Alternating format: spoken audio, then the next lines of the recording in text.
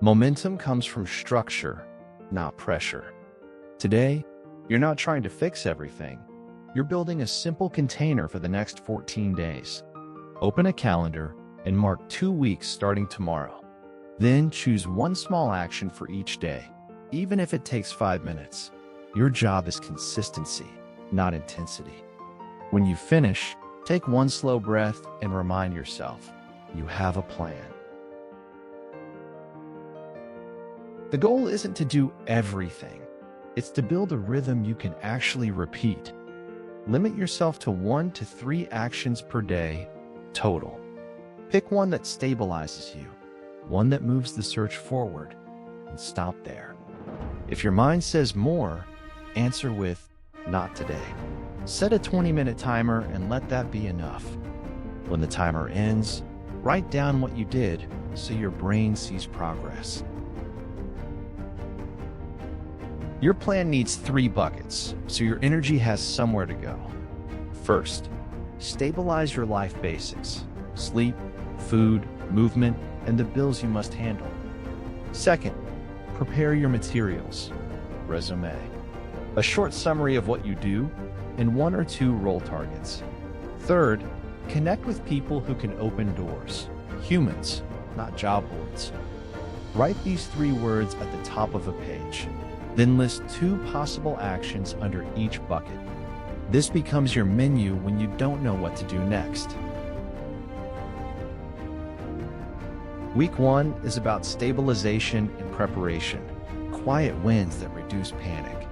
Keep your routine steady: wake time, meals, and a short walk if you can. Next, draft your layoff story in 3 sentences: what happened, what you do, and what you're aiming for. Then update only the most important parts of your resume: headline, last role, and your top skills. Don't rewrite your whole life this week. 1 focused hour a day is plenty. By the end of week 1, you should feel organized, not exhausted.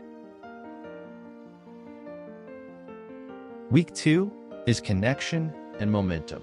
Small outreach that creates real options. Choose 3 to 5 people you trust and send 1 honest message: I'm exploring my next role and would value your perspective. Apply to a small number of aligned roles, not dozens. Quality beats volume when you're rebuilding. Schedule conversations, not endless scrolling, and put them on your calendar like real appointments.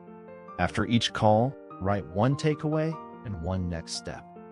This is how momentum builds without burning you out. Choose a daily rhythm that your nervous system can trust. Start your morning with calm, water, a few slow breaths, and a quick look at today's 1 to 3 actions. Do 1 focused action at a time, with your phone out of reach. Then stop on purpose, even if you could keep going. In the evening, close the loop by writing what you completed and what tomorrow's first step will be. The point is not to grind. It's to stay steady long enough for results to show up. Track only a few things so you don't turn recovery into a performance review.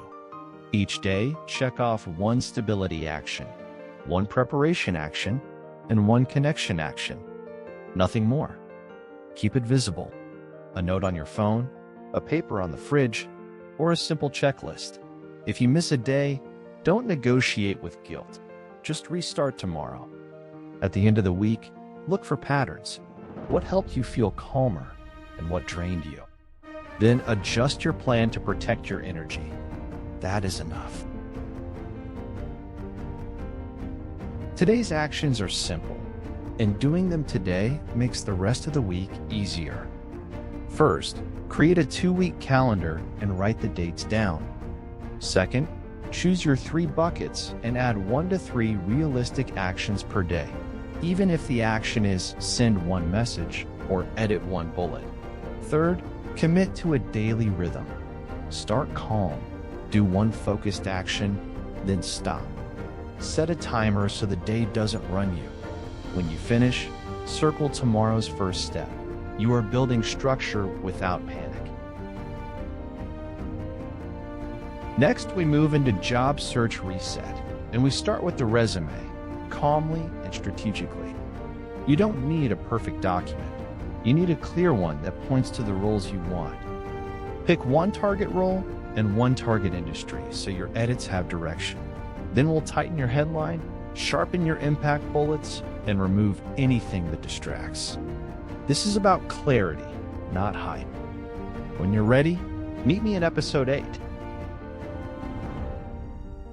Structure reduces fear because it removes guessing. Look at your plan and name the next right step. Just one. Do that step, then come back to the calendar instead of spiraling in your head. If you feel overwhelmed, shrink the action until it's doable in 10 minutes. This is how you rebuild trust in yourself after a hard hit. You are not stuck. You are moving. I'll see you in the next episode.